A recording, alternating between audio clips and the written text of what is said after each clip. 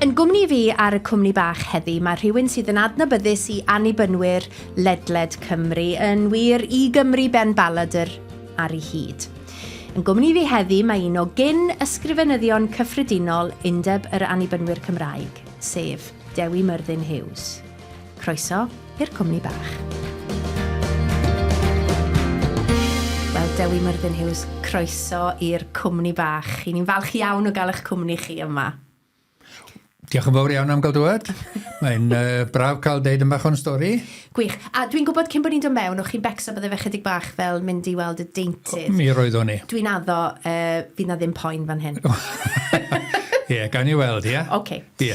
Iawn. Wel, gydwch ni ddechrau yn y dechrau te. Wy'n gofyn i bob gwestai, un o ble i chi. Felly, Dewi, un o ble i chi. Iawn, ie. O lan sanan dwi'n dwed. Dyffryn Clwyd, Dyffryn Aled a bod yn fwy manwl. Wrth draed mynydd Reithog. Ardal wedi magu lot o enwogion cyn ynyddiau fi. Yeah. Tudur Aled, William Salisbury, Cymru mwy erioed falle, Ie Medderhau, Gwilym Hiraethog, ac eraill felly ardal braf iawn. A dwi'n ymfalchio yn y cyswllt yna, siwr. Ie. A sut fagwraeth gafoch chi? Ble o'ch chi'n byw?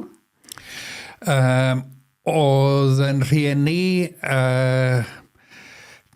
Nofian ar ôl i mi gael yng ngeni wedi mentro i rentu ffarm. Ie. Gwas ffarm oedd yn had wedi bod am 20 mlynedd. Ie. Llof stabal a chymod ar ôl colli rieni yn ifanc. Reit. I holl eiddo mewn cist gyda fe yn y llof stabal ac yn y blaen felly. Ond fentro nhw wedyn ar rentu ffarm. Enw'r ffarm oedd Llys Aled. Ie. Yn Nyffryn Aled, rhyw filltir go heles o ganol y pentre. Yeah. Ardal wledig iawn, wrth gwrs, allech chi'n bod yn fwy gwledig, a pryd hynny yn gwbl Gymraeg. Hynny di, os oedd plant yn dod i mewn i'r ardal ddim yn medru Cymraeg, oedd o'n digwydd llawer, ond mi allai digwydd, dwi'n cofio Frank York yn dod, ac Alan Nesbitt. Ac o fewn misodd, mi oedd nhw'n siarad Cymraeg. Hynny di oedd rhaid iddyn nhw. Da ni'n sôn am ddyddiau cyn teledu, wrth gwrs, a pryn bod y radio hefyd yn cyffwrdd y mywydau pobl y pryd hynny. Felly, gwledig iawn, a fydde'r rhain deud cyntefig hefyd, yn ôl safonau heddiw, beth bynnag. Chos oedd ddim tap dŵr yn y tŷ. Oedd ddim trydan ar y ffarm. Felly, chi'n gwybod, da ni'n mynd yn ôl yn yr ystyr yna hefyd. Ac oedd ymrawd a finne, wel, oedd cymryd yn ganiataol byddwn ni'n helpu o fod yn weddol ifanc gyda gwaith y ffarm ynddo. Cnea gwair neu cnea yd neu codi tatws neu carthu'r beidi. Beth bynnag oedd eisiau gwneud. Felly oedden ni'n pitio mewn gyda'n rhieni i wneud y pethau yma. Felly gwaith go iawn, torchi llewis. Ie, gwaith iawn. A dwi wedi stryglo fy hwnna ar hyd yn oes. Hynny di ma bod weinidogaeth yn waith caled. A da chi'n teimlo'n flinedig ar ddiwedd y dydd. Yn feddyliol ac yn emosiynol. Ie, mae wedi tynnu ohonoch chi. A felly dylai fod, ynddo? Ond dwi wedi cael anhawster i alw hwnna yn waith. Hynny di, torri gwrych a godro a pethau felly di gwaith. Ie, digon teg. Dwedwch wrthai am eich rhieni. Beth ydi henw? O Dafydd Hughes ac Elizabeth neu Bet Ifans Gynt. Oedden nhw wedi gadael yr ysgol yn 2 a mynd i weini.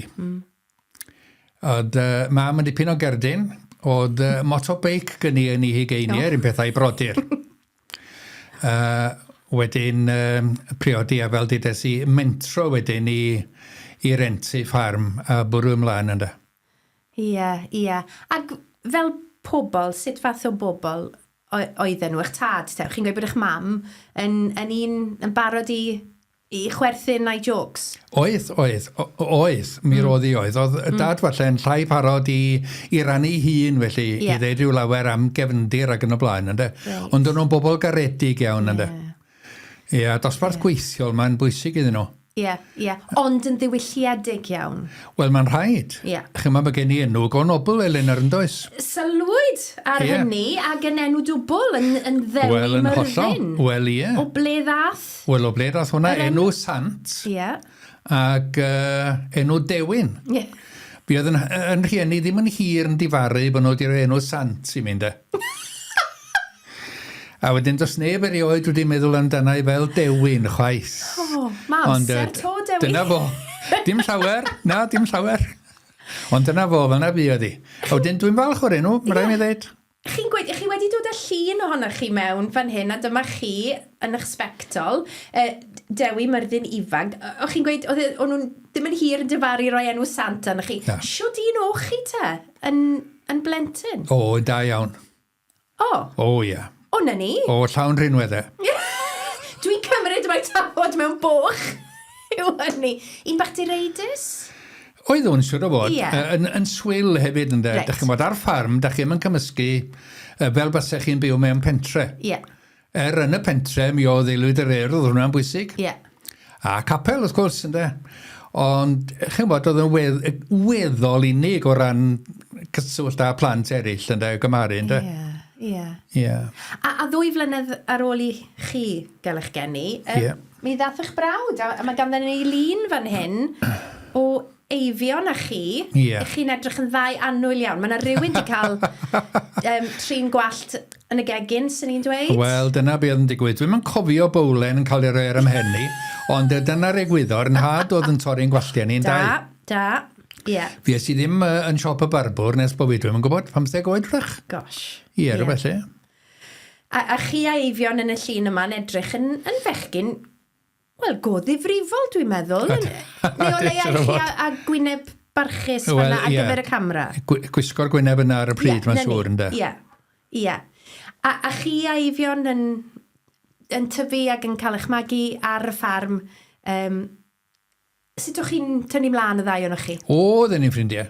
Oedd yn siŵr iawn. Oedd o'n fwy direidus falle na fi, dwi'n meddwl, ynddo. Reit. Oedd. Dwi'n gweld. Oedd, dwi'n meddwl. Ie. Wedi parod i dynnu coes ag ati. Oedd. Ddim os ydy eto fi. A beth am yn yr ysgol? Beth ydych dileit chi yn yr ysgol? Wel, yn ysgol y pentre, fel o'n i'n deud, oedd pawb, Cymraeg oedd iaith pawb felly. Ond mi fydde y person, ddim cofio yn y cyntaf, Davies, oedd Brynmor Davies, chydig Brynmor Davies, yn dod i mewn i'n categeisio ni, chos ysgol eglwys oedd hi. Reit. Ar ddydd Gwener, ac o'n i'n mynd trwy'r credo'r apostolion ag ati yn Saesneg. A dwi'n gynnu ddim syniad fe o'n i'n ddeud. Wedyn, pan bydde pobl yn galw'n ti ni, bydde mam a dad yn rhoi fi sefyll ar ryw gader, i fynd trwy'r credo, fel o'n i'n i adrodd o, mwyn i bawb gael hwyl. Oedd yn cynnwys bethau fel, I believe in the life everlasting, a pethau fel na. So, hollol Gymraeg wedyn ni, ynddo, ond cyfri yn Saesneg. A mae'n haws o lawer gen i heddiw gofio'r rhif ffôn yn Saesneg nag yn Gymraeg, ynddo. Dwi'n meddwl bod hwnna'n wir yn diwen gyffredinol yng Nghymru, yn bod ni a rhyw berthynas ryfedd a rhifau. A wedyn mynd i ysgol Dimbech. A fel ych chi'n cyrraedd, o'ch chi'n cael eich rhoi yn 1W. Neu 1F. Gan ddibynnu ar pryn oedd eich ail iaith chi. Saesneg yn ganiataol, cymryd yn ganiataol oedd yr iaith gyntaf. 1W os ych chi'n medru Cymraeg, a 1F os nad oedd eich chi.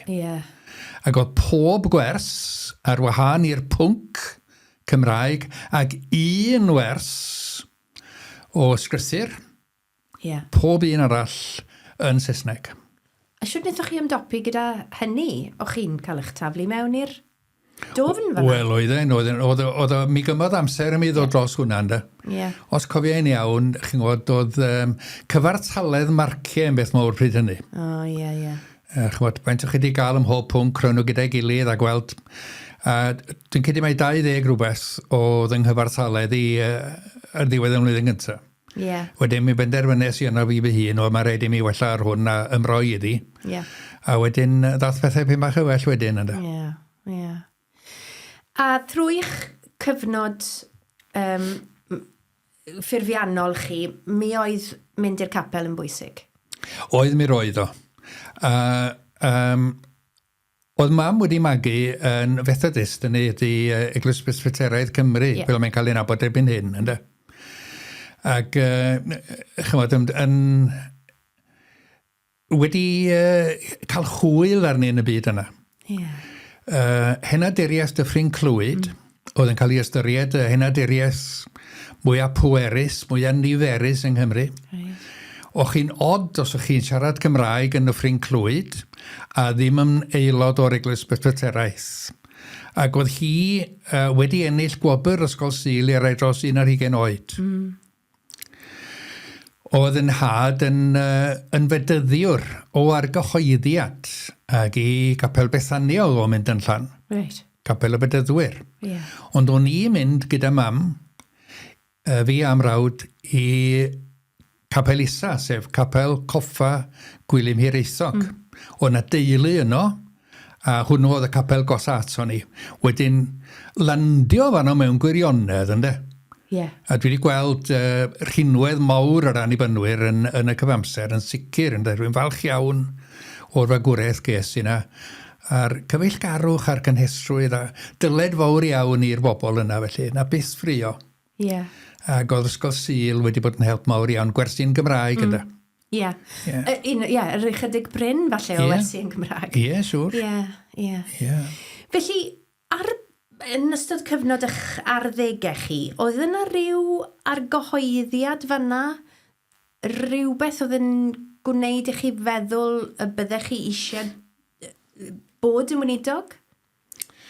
Wel, dwi'n meddwl bod pobl y capel yn gyffredinol wedi rhyw rag dybio mai dyna fyddwn ni'n neud, felly. Chos oedd corod gweddi bob wythnos, bob disil o'n agorod gweddi ni yn o'r oedfawn, felly, ynddo. Ac fyddwn ni'n cael yng ngalw ymlaen, dwi'n yn gwybod, i ddechrau pan o'n ni'n 20 wrach. Yn 20? Siwr o fod, wel, chymod, o'ch chi'n mynd ymlaen ac yn darllen adnodau ac yn darllen gweddi bach, ynddo. Wedyn, be dwi'n gofio'n glir iawn ydy cael yn erbyn yn aelod yn yr eglwys. Parchedig Ifan Jones yn weinidog i yn rhoi dehelaw cymdeithas i mi. Dwi'n cofio hwnna'n glir felly. Ymrwymo yn hun i Iesu Grist ag i'r Efengil. Hwna, chymod, yn greiddiol felly. Yn benderfyniad mwy mewn ffordd na penderfynu troi am y weinidogaeth.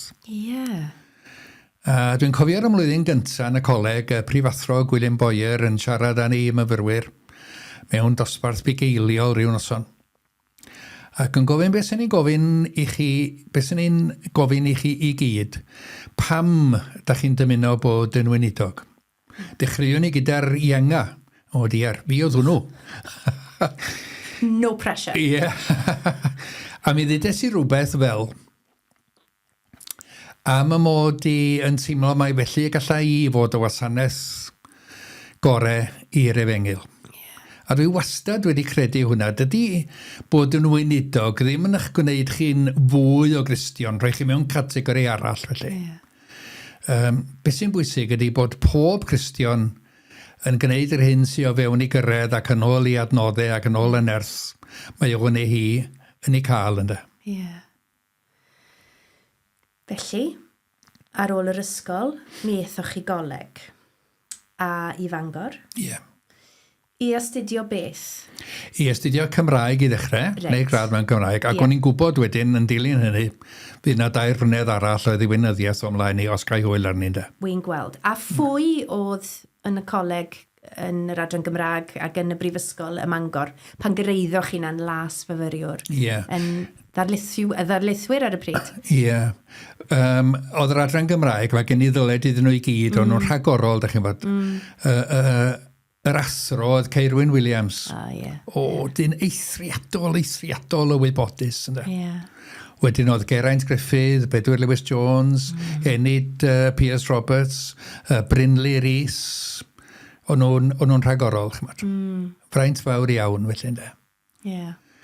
A wedyn, yn y gwaith diwynyddol, wel, 2 gawr, Gwilym Boyer a ar Tudur Jones yn Balabangor. A chi wedi dod â llun? Mae llun fan'na i chi. Fan hyn, sydd yn llun reit adnabyddus, dwi'n meddwl, oherwydd y bobl sydd yn y llun. Wel, A llun ohonoch chi yn gryw blwyddyn gyntaf? Blwyddyn gyntaf fi oedd hwnna. Balabangor? Rhyw 10 ar 20 ohonoch chi? Na chi. Ac yn eistedd yn y canol mae ar Tudur Jones a Gwilym Boer, Dyna ni. Ac Alun Evans, un ochr. A Elwyn Jones, ochr arall. I chi'n edrych yn gryw o fechgyn parod am waith. Wel, beth eich cael eich twyllo? I chi'n edrych yn gryw hwyliog iawn. Oedd yn lle rhagorol, mae'n rhaid i mi ddweud. Oedd yn lle rhagorol. Tia treian yr heina oedd yn mynd am y weinidogaeth felly. Myfyrwyr y brifysgol oedd y gweddill, chymod yn dilyn cyrsiau mewn yn un o'r celfyddydau neu wyddoniaeth dyn awyr. Ond oedd hynny'n rhoi cyfle i chi holi ac i siarad ac i gael amser braf iawn. Ond na lot o rialtwch na. A lot fawr o hwyl yna hefyd. Oedd e'n gyfnod braf iawn. Tan y flwyddyn ola pan oedd o'r hostel wedi gorfod cau. A lot o'n ffrindiau wedi mynd erbyn hynny. Anghariad i'n Nghaerdydd, a finne Mangor ac yn y blaen felly. Tan y flwyddyn ola, oedd e'n rhagorol, mae'n rhaid i ddweud. Ac yn y flwyddyn ola, felly, i ble oedd rhaid i chi symud? Symud i chwilio am lodgin yn rhywle, ynddo? Dwi'n gweld. Felly, o'ch chi'n gwybod bod eich amser chi'n dirwyn i ben erbyn y flwyddyn ola honno. A'ch golygon yn troi tuag at ble? Wel, ar ddiwedd y mlwyddyn gyntaf, dwi'n sôn am 1960 rwan, ar ddiwedd y mlwyddyn gyntaf, o'n i wedi mynd ar daith gasglu i'r de. Esboniwch y daith gasglu. Y daith gasglu. O'n i'n un o'r rhai diwetha o Falabangor i ddod i lawr i'r de ar daith gasglu. A be ydych chi'n ei wneud o trefnu mewn un cyfundeb, fynd i eglwysi gwahanol ar 3 dydd Sul. Ac i eglwysi gwahanol eto yn ystod yr wythnos. 3, falle 4 gwaith yn yr wythnos. Oeddech chi'n cynnal oedfa, ond o'ch chi hefyd yn gwneud apel at y coleg oherwydd yr eglwysi. Oedd yn cynnal y coleg, sefydliad annibynnol oedd y coleg, ynddo. Oedd am yn cael 9 ddwyn ma'n arall. Wedyn, taith casglu tuag at y coleg felly. Ac yn 1960, o'n i wedi cael mynd i'r Rhondda. O'n i wedi bod yn Rhondda yn Rheorci, yn Rherbert, a meddwl yno fy hun, mewn 5 mlynedd, os cai, fan hyn hoffwn i ddod. O'n i wedi creu y fath argraff arnoch chi? A chai chi ddim lle mwy gwahanol i Lansanan o fewn Cymru, dim o gwbl ynddo. Ond oedd yna di gafel yna i am ryw reswm, dwi ddim yn gwybod. Ac yn wir i chi pan dath mis Mawrth 1965, o'n i ar brawf yn y Rhondda Bach. Yn y Beneser Teilostown a Saron yn ei sir. A dwi'n cofio'n glir iawn bod yn y Beneser. Ar ddiwedd yr oedfa, ni'n cael gair gyda blaenoriaid, diaconiaid ag ati felly. Wedyn mynd allan ac ar y pafin o'na 2 ddyn yn aros amdana i pawb arall wedi cilio. 2 fregus oedd enw. Dwi'n credu bod yna naill na'r llall wedi dal gwaith erioed felly. Slingyn tal esgyrnog oedd Geraint, a pwtyn bach ysgafn oedd Caleb. A dwi'n dal i gofio'r geiriau yn glir iawn. Dyma Caleb yn dweud wrtho i, if you decide to come here, Mr Hughes, wel, dal dafel am funud, gyda tîm ar bel nawr, wyt ti eisiau mi ddod ma? Dyna beth o'n eisiau dweud, ynddo? Dydes i ddim byd. Ond dyna ddweud o, if you decide to come here, Mr Hughes, both Geraint and I will be behind you. Gosh. Un o'r pethau caredica i neb i ddweud wrtho i erioed. A fi o'n nhw? Mi fi o'n nhw. Do, ffydlan. A pobl Rhondda, pobl gynnes iawn, wrth gwrs. Ac maen nhw'n rhannu pob peth gyda chi, ynddo? Wel, dydodd rhywun, os di o fan hyn, mae o fan hyn hefyd. Dyn nhw'n dal dim byd yn ôl. Oedd hwnna yn braf iawn hefyd, mae'n rhaid mi ddeud. wedi siarad â chi Saesneg wrth gwrs, y Gymraeg yno, ac eto ddim yn rhan o'r sgwrs ar y stryd, falle? O, ddim llawer o'n i'n gallu cael cynnal sgwrs yn Gymraeg gyda nhw felly. Yeah. Na, ac oedd rhaid i'r gwasanaethau fod yn Saesneg i'r Rannau Heles, ynddo. Ac mae dyn nhw'n dod i arfer ag hynny ac i wneud yn oce felly. Ie. Nawr, fe wedwch chi yn eich blwyddyn ola ym Mangor, mi oedd eich cariad chi'n byw yn Nghaerdydd. Ie. Mi briodwch? Do, siwr. Do. A dwedwch wrthau ynglyn â eich cariad neu eich Wel ie, oedd y blodwen a finne yn fyfyrwyr yn yr adran Gymraeg, oedd blodwen flwyddyn o mlaen ni, ond oedd hynny'n golygu, chymod yn yr ail ar ddau flwyddyn, bod ni mewn darlithoedd gyda'n gilydd yn rhan o gwmni o 5 ar 20 ar 20 falle, ynddo? Ie. O'n i'n nabod yn gilydd yn iawn. Ac un o ble... O Bontiets oedd y blodwen yn dod, ie. Blodwen Morgan, felly, ynddo? Wedyn... Dath y fflam ddim, dath Cupid ddim a hyd i ni gyda'n gilydd, nes bod hi wedi gadael y coleg. Reit. Yeah. Wedyn fydde na 2 flynedd a chwarter o garwriaeth. Oedd blodwen o Montepryd i ddechrau wedyn yng Nghaerdydd a finne y Mangor, ynddo. Llythyr bob dydd yn aill ffordd ar llall, bob dydd. Yeah. Gweld yn gilydd bob rhyw bythefnos, 2 wythnos. Ie. Unwaith fi o'n i am fus a gweld yn gilydd. Ie. A thyngu wneud hyn byth i gweud eto. Mae'n nghalon ni brifo o... Ie, yn union. Ie. Ond mwy o siliau yn y de erbyn hyn, ynddo? Ie. Ie. Ac trwy drigaredd, oedd yn ffrindiau mawr i. Elwyn ac Olwen yn Ysybol ac o'n i'n cael aros gyda nhw, ynddo? Dwi'n gweld. Ie. Felly, priodi a chychwyn arni yn y Rhondda Fach. Ie, siwr. A cychwyn teulu. Ie, siwr. Ie. Ie, mae'r boes yn falch. Mae yn yr Rhondda gyson nhw i gennym, de? Ie, wel, mae yna reswm da dros hynny. Mae'n lle da i gael eich... Mae o'n lle da, siwr iawn. Ydy nid yn rwyd i'r cyntaf i gael ei geni na.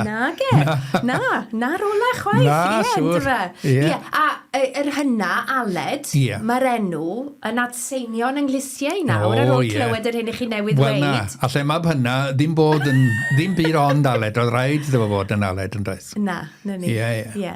A wedyn Ifan. A Ifan diwrnod wedyn, ie. Chydig blynyddoedd. Ie.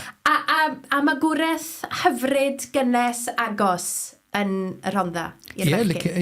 Ie, mae'r atgofion yn rhai braf iawn ydyn. A sut brofiad oedd ei fod yn weinidog ar gymuned mor glos, cymuned ddiwydiannol? Ôl ddiwydiannol, wedych chi? Ie, ôl ddiwydiannol, ie. Hynny di mi oedd 2 bwll clo ar agor o hyd yn y Rhondda, ond oedd nhw ar fin cae, ynddo. Wel na, nes i fwynhau, dych chi'n fod, mor agored oedden nhw. A mor barod oedden nhw'n wneud pethau. Ac ar hyd yn haith, dwi wedi gwneud dipyn o waith llwyfannu. A dwi'n barnu mae un o'r pethau gorau dwi'n wneud ydy rhoi drama Gymraeg ar y llwyfan gydag aelodau capel yn y Rhondda yn y 60au. Oedd yna'n dipyn o gamp, a dweud y gwir. Cael pobl oedd yn gallu gwneud hynny, ynddo. Chi'n cofio y ddrama beth oedd hi? Ie, Cawodydd Geirwan oedd enw y ddrama, oedd yr awdur. Ar y pryd dwi'n credu, yn ysgrifennydd Capel y Boro yn Llundain, cyfreithiwr yn Llundain, Byron Jones. A gyston ni hwyl ryfedda, wrth gwrs. A felly mae wastad, lle bynnag dwi wedi bod efo dramau a sketches ac ati. Yr hwyl da chi'n cael yn baratoi, ynddo. A tynnu bobl i mewn wedyn. A mwynhau felly. A mae'n rhan o'r bywyd cyflawn yn dywe.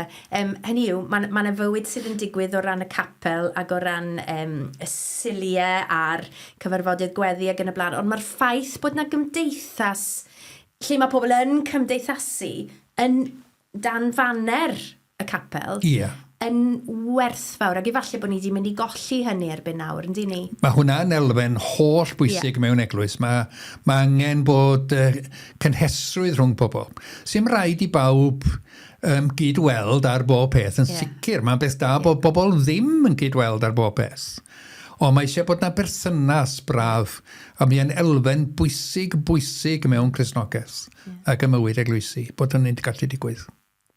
A faint fuoch chi yn y Rhondda Fach? 6 mlynedd buodd hi. Ie. A wedyn dod o'na, cael galwad i Gwm Llynfell, ond teimlo'n reit euog wrth dod o'na hefyd. Ie. Oherwydd oedd rhagolygon am gael lynydd ddim yn rhai da, ynddo. Ie. A mae'r ddwy eglwys wedi dod i ben erbyn hyn, wrth gwrs, sôn amdanyn nhw. Ac mi oedd yn ergyd iddyn nhw fel aelodau yn yr eglwysi, yn doedd? Wnaethoch chi ddweud bod nhw'n teimlo eich colled chi? Oedden nhw ddim yn cyn bod fi'n mynd, dwi'n meddwl. Ie, mae gen i gof, chymod, yn syth ar ôl deud y bydde ni'n ymadael. Eirwen Woodruff yn mynd gatre rhyw ddynod. Hibion ti ni a finne ar garreg y drws. Ei sylw i oedd, I thought you loved us. Wel, oedd deud, I do, ddim yn swnio'n iawn cweit ar y funud, a finne wedi deud bod fi'n mynd, ynddo. Y gwir ydy, oedd gymaint o Saesneg. Oedd na blant yna, pobl ifanc yna, lot o'n nhw'n mynd i ysgol Gymraeg. O'n i'n mwynhau hynny, wrth gwrs. Ond gwragedd oedd yn y cwrs. Chydig iawn oedden ni, ond oedd yn rhoid fe. Ac mi oedd yn hwthau wel yn heneiddio. Ac oedden nhw wedi rhoi i gorau dros y blynyddoedd. A ni'n mynd teimlo bod hi'n deg bod fi'n tynnu'r chwip iddyn nhw, mae eisiau ni wneud hyn, a mae eisiau ni wneud y llall.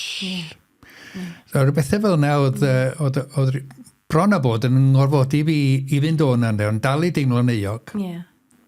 Chos oedd yn lle braf iawn.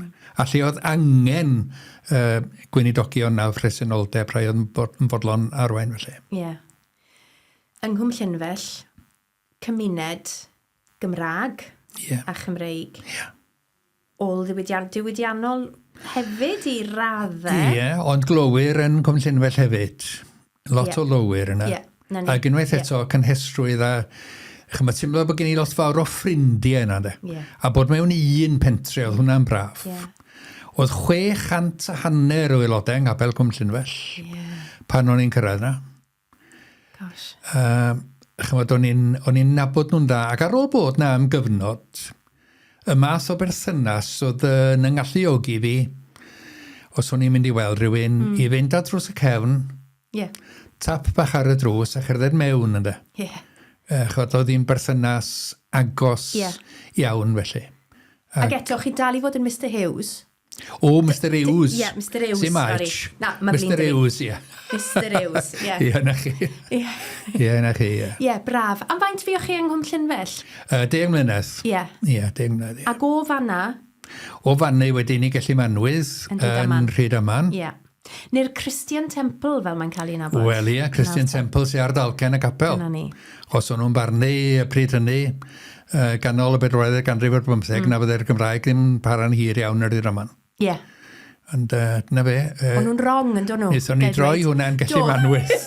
I wneud pwynt, siwr o fod, ynddo. Da iawn. A siwr brofiad oedd mynd i Rhydaman, sydd hefyd yn rhan o gymuned ddiwydiannol. Oedd glowyr yn Rhydaman hefyd. A synwn ni ddim, dwi wedi bod yn meddwl tybed ai ar y pryd pan o'n i'n cyrraedd na yn 81. A i'n gallu manwydd oedd y nifer ucha o lowyr mewn unrhyw eglwys annibynnol. O'na lu ohonyn nhw. Mynd i weithio yn Abernant ac ymhwll y Betws ac yn y blaen. Ac eglwys werinol iawn. Chymod, chi'n meddwl am dre felly. Ond pentrefol oedd naws yr aelodaeth yn gallu manwydd. Dim fi fawr o gwbl yna, chymod, neb yn swancio. Neb yn edrych i lawr arna chi. Oedd hi'n gymdeithas gyfartal iawn. Yr hyn sy'n taro fi yw bod chi wedi dod o gefndir amaethyddol iawn, ond eich bod chi wedi cael eich tynnu at yr ardaloedd diwydiannol. Mae'ch gweinidogaethau chi wedi bod mewn ardaloedd lle mae diwydiant yn bwysig, ond cymuned yn bwysig hefyd. Yn hollol, ac falle mae hwnna oedd yn eich tynnu chi. Dwi ddim yn gwybod beth yn un oedd yn gyfrifol, ond fanna o'n i licio bod. A chael pobl gefnogol iawn ynddo. Chymod mi gewch chi rai ym mhob man. Chymod sy'n anodd I trin.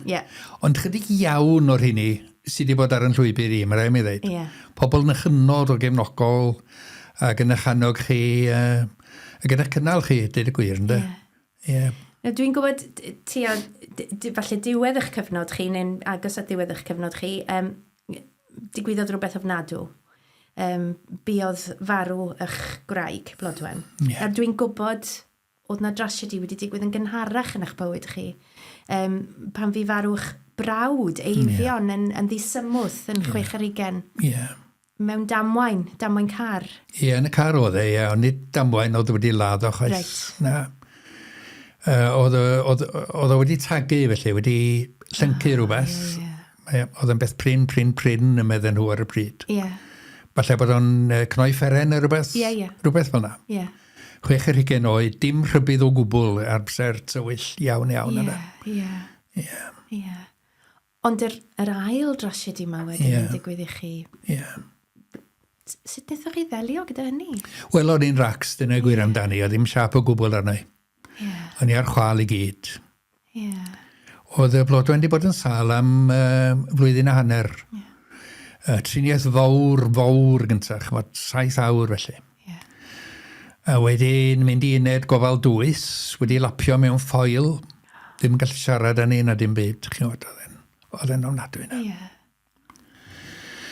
Wedyn mewn rhyw flwyddyn, cael profion a dyma lythyr yn dod yn deud, da ni'n yn gweld unrhyw ôl o'r cancer y byn hyn. Mae wedi mynd. Ond pethefnos yn ddiweddarach oedd o'n I ôl. A tro yma yn yr ymunydd, wedyn oedd hi'n gyfnod eithriadol o anos. Y peth anodda ges I wneud erioed oedd deud wrth I am yn sgwrs gyda'r arbenigwr. Oedd hi'n gwybod bod hwnna I fod I ddigwydd felly. Ac oedd rhaid I fi fod yn onest. A be oedd yr arbenigwr wedi ddeud, oedd y darlun yn tywyll iawn. Ond rywsyd neu gilydd mi ges i'r geiriau I ddeud nad oedd y rhagolygon ddim yn dda. Ond heb y ddiffodd pob gobaith chwaith ynddo. Rywsyd neu gilydd. A'r peth arall, dwi'n cofio'n glir iawn, ydy gweld hi'n cael ei chario o'r tŷ lawr i'r ambulans I fynd i'r hosbis ac o'n i'n gwybod fydd I ddim yn dod nôl fan hyn I mi gael edrych ar ei holi. Ond caredigrwydd eithriadol. Ffrindiau yn dod I gynnal oedfa yn llefi a pethau felly. A'r aelodaeth yn cario bob math o pethau i'r tŷ ac yn y blaen, da chi wad. Megan Bevan cymydog I ni oedd yn ffyddlon iawn yn y capel. Bob dydd Llun. Ond oedd os ysbanned anferth o gawl. Digon ar gyfer heddiw a fori. Bob dydd Llun am 19 mis. Waw. Fydwch chi'n talu yn ôl am beth fel na. Caredigrwydd rhyfeddol. Dwi'n cofio wedyn y bobl ar ôl iddi farw, felly yn dod I gyd yn deimlo. A dwi'n cofio rhyw weinidog yn dod, rhyw noson, o'n i'n meddwl bod gwaith y dydd wedi dod I ben erbyn hyn, felly ond dwi'n meddwl hwyr fe ddas. A fi oedd yn adrodd storiau wrth o'i am 2 awr, storiau digri. Y syniad am o'n I oedd yn hynny fi o'r pwll felly, ynddo? Oedd yn erchill yna. Ond dwi'n cofio Maureen yn dod, oedd Maureen yn athrawes Ysgol Sul. A mi ddath I gyda Rachel Thomas, oedd yn arolygydd Ysgol Sul y plant. A ddath y ddwy gyda'i gilydd fe yn o acw. Dwi'n gwybod, chwarter awr dydwch. Ddudodd Maureen ddim gair o'i ffen. Dim gair oedd o di mewn I fynd allan. A mae hwnna wedi aros gyda fi. Dyna'r ymweliad falle gorau o'n I wedi gael o bob un felly. Falle. Na, fe oedd bobl yn hynod o garedig, a bydd hi yn bydd Blodwen mor ddewr, ydych chi'n mwyn. Ac yn llawn gofal a honno ni, ynddo.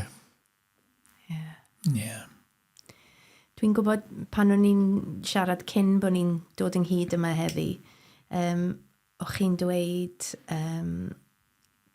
y profedigaethau nad o'ch chi'n beio Duw. O, na, dim o gwbl na. Oedd y ffydd yn help mawr iawn i mynd. Dwi ddim yn credu, does bosib bod Duw yn gyfrifol am bod plant bach 2 flwydd oed yn marw a newyn. Neu bod ffrwydriadau yn ei chosi nhw, da chi'n gwybod. Dim o gwbl. Na, be mae'r groes, wel un o'r pethau mae'r groes yn ei ddangos, ydy bod Duw yn agos ato ni yn yn helpelon. Fydd ddim byd mwy anheg na chroesoelio Iesu Grist. Dim byd yna. Yr poen yna. Mae o gyda ni yn mhob poen felly. Mi ath eich bywyd chi yn ei flaen fel mae bywyd yn gorfod wneud. A dwi'n gwybod erbyn hyn eich bod chi wedi dathlu yn ddiweddar priodas arian. Do, siwr. Wedi priodi eto. Gyda rhywun oedd yn ffrind, oedd wedi bod rwy'r un math o brofedigaeth â chi, sef Anet. Ac i chi bellach wedi creu teulu sydd yn cydfyw yn gynganeddus, dwi'n meddwl. I chi'n deulu ardderchog, dwi'n meddwl. Wel, mi golles i 2 ffrind agos iawn, da chi'n gwybod, sy'n ar un pryd a colli Blodwen, ynddo. Gareth Thomas, ynddo. Oedd ni'n ffrindiau mawr, felly, o'n ni'n mynd, wel, am flynyddoedd gyda'n gilydd i weld yr elyrch. A hefyd Cyril Rhys. Ni'n 2 hefyd yn ffrindiau penna, felly. Wedyn, o'n i'n ffrind gyda Gareth, ond o'n i fel 2 deulu hefyd yn ffrindiau. A fydden ni'n galw gyda nhw, a bydden nhw'n galw gyda ni, ac yn y blaen, felly.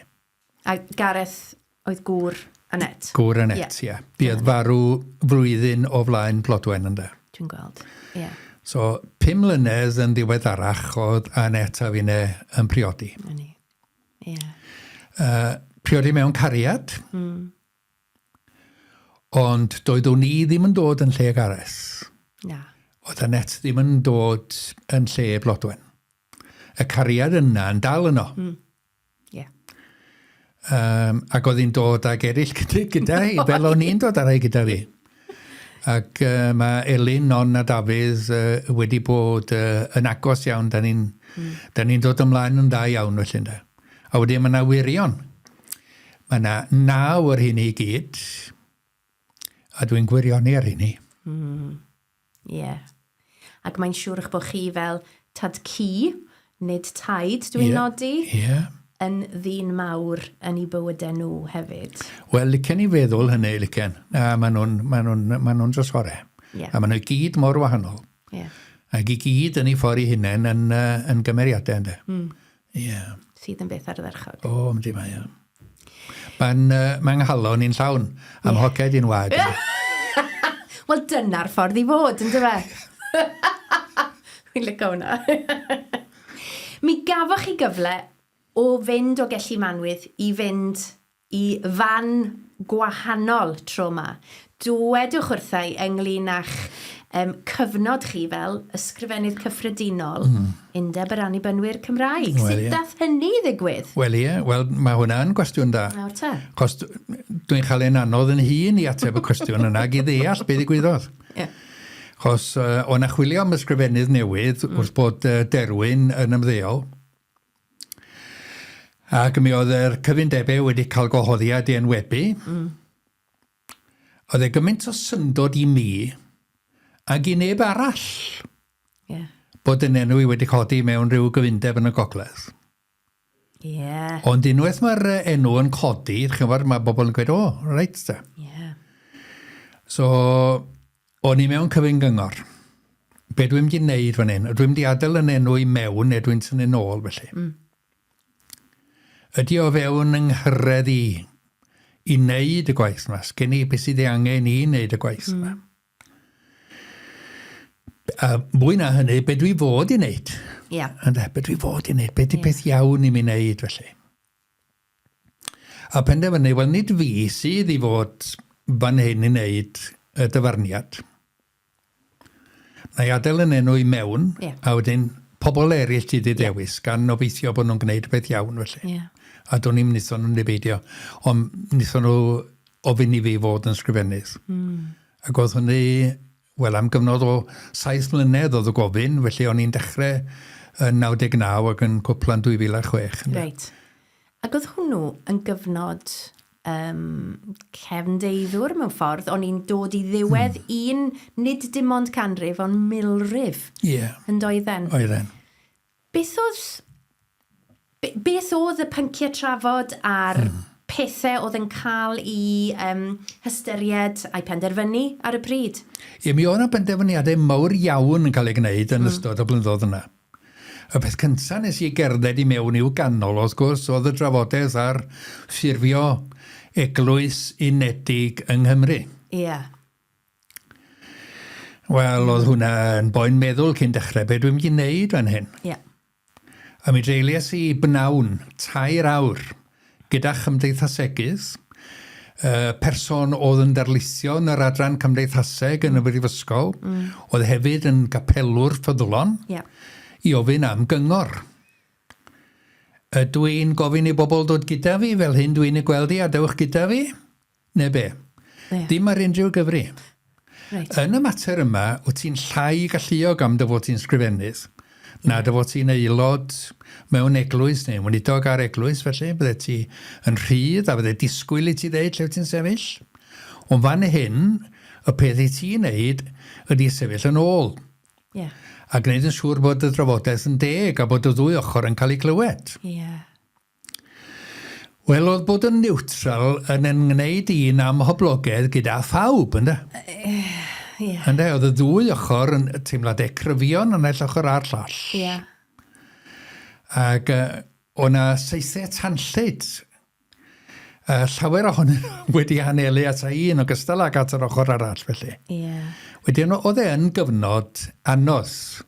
O mi ddath dyfarniad o blaid peidio ffurfio'r eglwys newydd. Oedd y mwyafrif ddim yn un mawr, ond oedd llu o eglwysi heb ddeud be oedden nhw'n feddwl hefyd. Ac oedd hwnna yng nghefn y meddwl i trwy'r amser a dweud y gwir. Beth sy'n mynd i ddod yr eglwysi, os bydd na ffurfio eglwys newydd, sydd ddim yn dymuno perthyn. Be ddaw ohonyn nhw felly.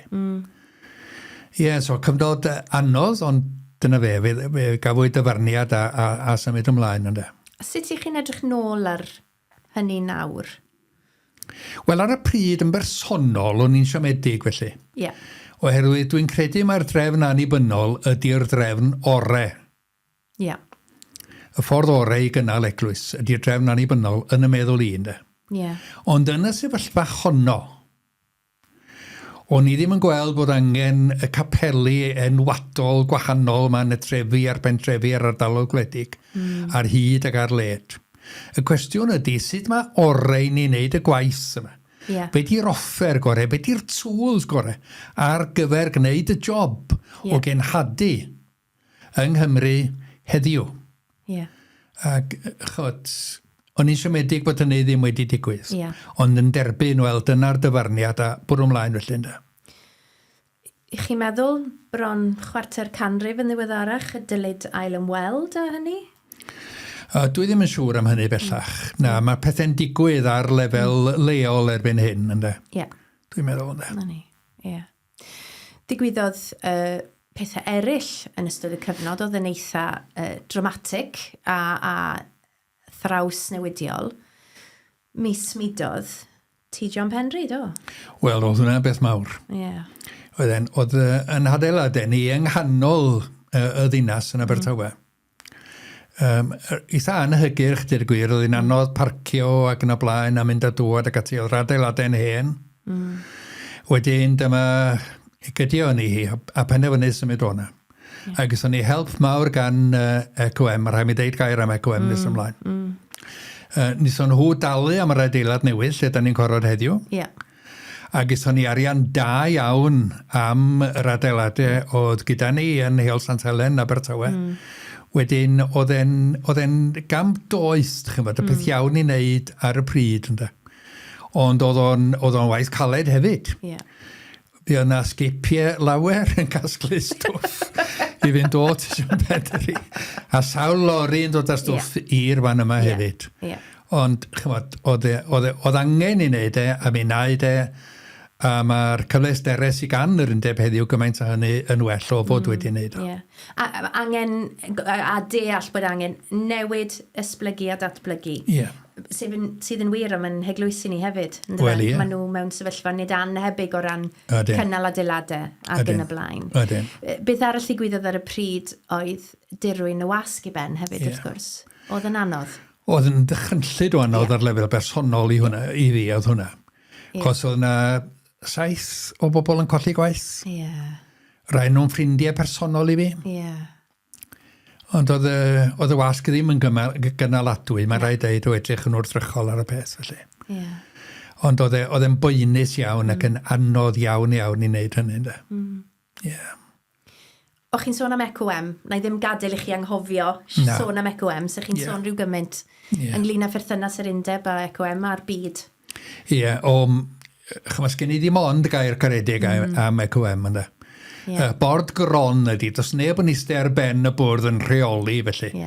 Trwy'n heilioni mae'r bwyd yma ar y bwrdd, dim byd o hwnna. Bwrdd crwn. A pawb sy'n yna, felly, ar un llais. Eglwys Gogledd India, lle mae yna filiynau o aelodau. Ac Undeb rannu bynwyr Cymraeg, lle mae yna chydig o filodd. Yr un llais gyda chi. Ac nhw ddysgodd ni hefyd y cyfrifoldeb cyntaf chi di cenhadu yng Nghymru. Nid ym Madagascar neu yn Hong Kong. Ond yng Nghymru, chi fydd yn atebol am y dystiolaeth yng Nghymru. Dyna wers fawr ECOM yn yna. Wedyn ar lefel bersonol, o'n i wedi cael gwahoddiad gan ECOM i fynd i ysgol genhadol yn Jamaica. Cyn i fi ddod yn sgrifennydd, 1996 oedd hi. O'n i na am bythefnos ta'r wythnos. Ac oedden ni wedi cael y hanfon allan i wahanol eglwysi dros y Sul. Ac mi oedd 4 ohono ni wedi cael yn hanfon i le o'r enw Karen Hall. Oedd yn uchel yn y mynyddodd yn Jamaica. Trafferth i gyrraedd no. Mynd mewn bws mini.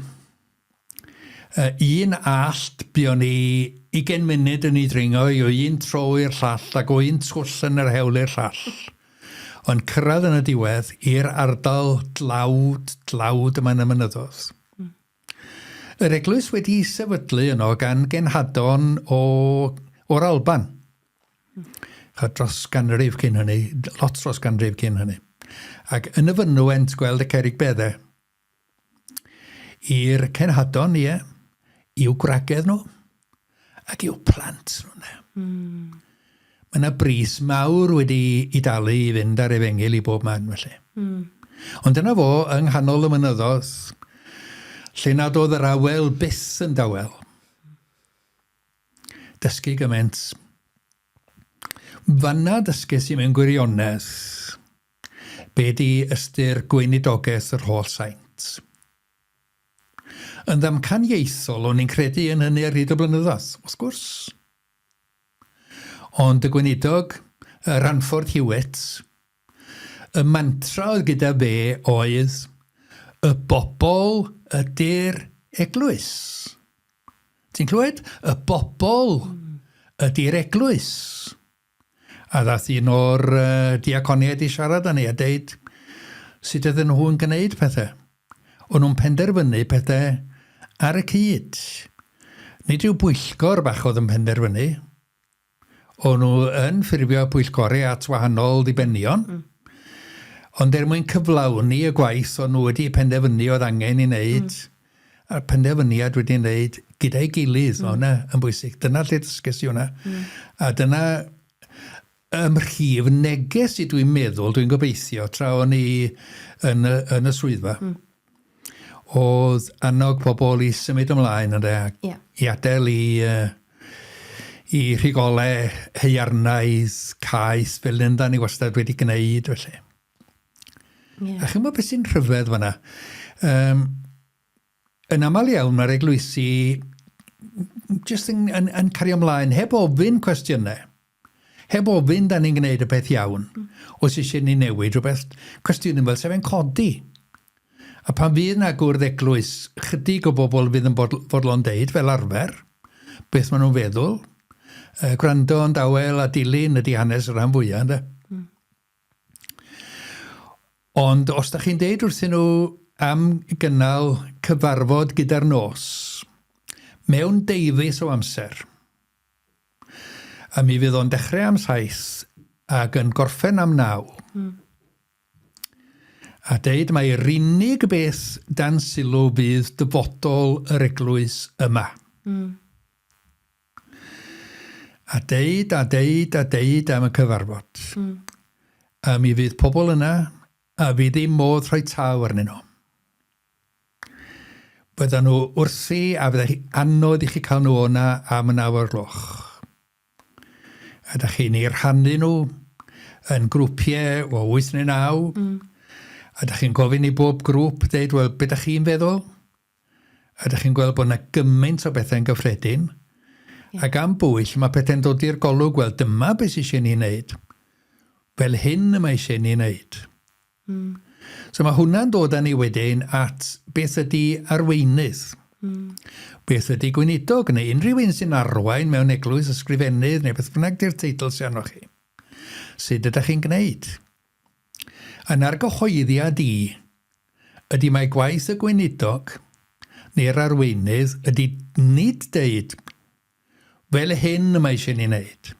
Dyma beth eisiau ni wneud nesaf nawr fewn i ffordd yma, dewch chi gyda fi? Gofyn iddyn nhw. Y bobl ydy'r eglwys. Gofyn iddyn nhw. Be mae'n nhw'n feddwl, be mae Duw yn ei ddeud wrth i'n nhw. Gyda'i gilydd. Yda ni i fod felly. O'r pen yna dwi'n meddwl, nid darparu'r atebion di'n busnes ni fel arweinwyr. Ond gofyn y cwestiynau iawn. Chi'n tywys y drafodaeth rhywfaint wrth gofyn y cwestiynau. Ond yn nhw sydd i fod i benderfynu. Dwi wedi gweld lawer gwaith mewn cwrdd diaconiad, fi'n hun yn awgrymu beth sy'n ni'n gwneud fel hyn. Weithiau fydden nhw'n dweud na, da ni'n credu mae'n dan o ffordd iawn, oce? Tro arall fydden nhw'n dweud, wel, ie, ro'n i gynnig arni ta. Ond dim byd yn digwydd. Os doedden nhw ddim yn perchnogi'r syniad. A cyn bod y syniad yn mynd i gael traed a gaden, o mae'n rhaid iddyn nhw i arddel y syniad a meddiannu'r syniad. Wedyn, byddan nhw yn arfer y syniad hefyd. So dyna fe sy'n drio wneud yn ddigon ple'r tradiad sy'n yma oedd cymeld yr eglwysi i fentro'i gyfeiriadau newydd, chos mae pob peth byw yn gorfod newid. Os di'n byw, mae o'n mynd i newid. Mae o'n naillai mynd i ddiriwio, neu mae o'n mynd i gryfhau. Dyna yw natur bywyd, ynddo fe? Felly mae, ynddo. Hyd yn oed ar lefel wyddonol. Bod bywyd in a state of flux. A dyna yw pethau fod. Chi wedi sôn am nifer o bethau gogleisiol a heriol fanna, i ni'n dal i drafod, ac mi fyddwn ni'n trafod am y cyfnod nesaf yma thi hwnt, dwi'n meddwl. Wrth fod ar ben talar fel hyn nawr ac edrych nôl, sut ydych chi'n edrych nôl ar eich cyfnod chi fel gweinidog, fel ysgrifennydd cyffredinol? Wel, taswn i'n cael cynnig eto. Wel, 15 oed bod ni, pan o'n i'n pregethu tro cyntaf. Fyswn ni'n mynd i'r un cyfeiriad. Reit. Fyswn ni'n bendant yn dymuno bod yn weinidog taswn ni'n cael tre gras yn caniatau i mynd. Yn bendant, a rhaid meddwl am ffordd well o dreulio mywyd. Na bod yn wasanaeth Iesu Grist. A chyfarfod a phobl, dychmyg, bod yn rhan o'i bywyd nhw. Ar yr adegau golau ac ar yr adegau tywyll. Na, mi fydde hynny yn rhywbeth fydde ni please yn dymuno cael ei wneud eto. Sgyn i'n cwestiwn ynglyn â hynny. Ond mi fyddwn ni'n gwneud pethau wahanol. Ym mha ffordd? O rhoi mwy o lais o lawer i bobl. Be sy'n hwyr yn y dydd yn dod i lle ydw i nawr i weld, chymod, mae sy'n i rannu mwy o'r gwaith yma. A clywed beth sy'n gan aelodau ni o ddeud. Mae nhw hefyd yn darllen y Beibl, mae nhw wedi bod mewn ysgol Sul. Mae nhw'n mynd i gwrgweddi, mae nhw'n gwybod. Grymuso pobl? Mwy o hwnna. Rhoi ar awdurdod ar nerth, a rhoi gwerth ar ei barn nhw.